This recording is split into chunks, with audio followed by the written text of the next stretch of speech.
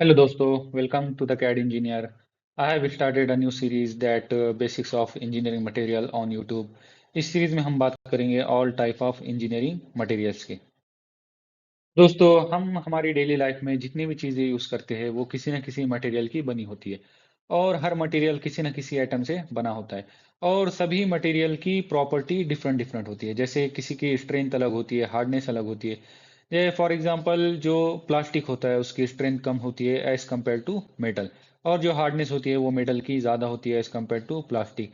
वैसे वेट है, वेट ले लीजिए, जो प्लास्टिक होता है वो लाइट वेट होते हैं, जो मेटल होता है वो हेवी वेट होते हैं। वैसे कॉस्ट सभी मटेरियल का अलग होता है, अलग अलग होता है। और कुछ मटेरियल कोरोजन रेजिस्टेंस होते हैं और कुछ मटेरियल को कोरोजन पकड़ लेता है, और कुछ मटेरियल टिकाऊ होती है और कुछ मटेरियल बहुत जल्दी डैमेज हो जाते हैं। तो जब हम सभी प्रॉपर्टीज़ को ध्यान में रख के हमने मटेरियल को जाना और फिर मटेरियल का यूज़ करके हमने डिफरेंट डिफरेंट चीज़ें बनाई। जैसे कुछ मटेरियल का यूज़ करके हमने मशीन बनाई, स्ट्रक्चर बनाए, प्रोडक्ट बनाई।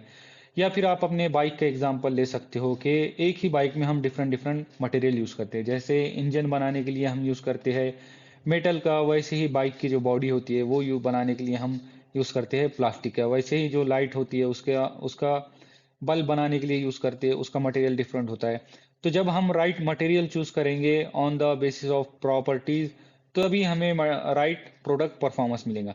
तो वैसे ही हमने मटेरियल को डिफरेंट डिफरेंट कैटेगरी में क्लासीफाई किया है। जैसे कुछ को हमने क्लासीफाई किया है मेटल्स में, क्योंकि मेटल स्ट्रांग होते हैं, हेवी होते हैं और हाई स्ट्रेस ये बियर कर सकते हैं। वैसे ही पॉलीमर होता है, पॉलीमर में प्लास्टिक होता है, रबर होता है, पॉलिस्टर होता है जो हम कपड़े पहनते हैं, जो रबर यूज़ करते हैं, जो प्लास्टिक के कैरी बैग्स हम यूज़ करते हैं, वो सब पॉलीमर में आता है। और जो सिरामिक मटेरियल होते हैं ये हम मट्टी के बर्तन बनाने के लिए यूज़ करते हैं। पहले हम इसको पोट्री के थ्रू शेप देते हैं, फिर इसको हाई टेम्परेचर पे हीट करते हैं, फिर इसको कूल डाउन करते हैं और हमारा हमारी डेली लाइफ में यूज़ करते हैं। वैसे दोस्तों, कंपोजिट मटेरियल होते हैं वो हम दो मटेरियल को मिक्स करके और हमारे एप्लीकेशन के हिसाब से हम उसको मटेरियल को डिज़ाइन करते हैं। और वैसे ही सेमीकंडक्टर मटेरियल होते हैं जो हम जनरली इलेक्ट्रॉनिक्स में यूज़ करते हैं। ये material temperature, according to temperature अपनी प्रॉपर्टीज चेंज करते हैं, या तो इलेक्ट्रिसिटी को कंडक्ट करते हैं या इलेक्ट्रिसिटी को इंसुलेट करते हैं।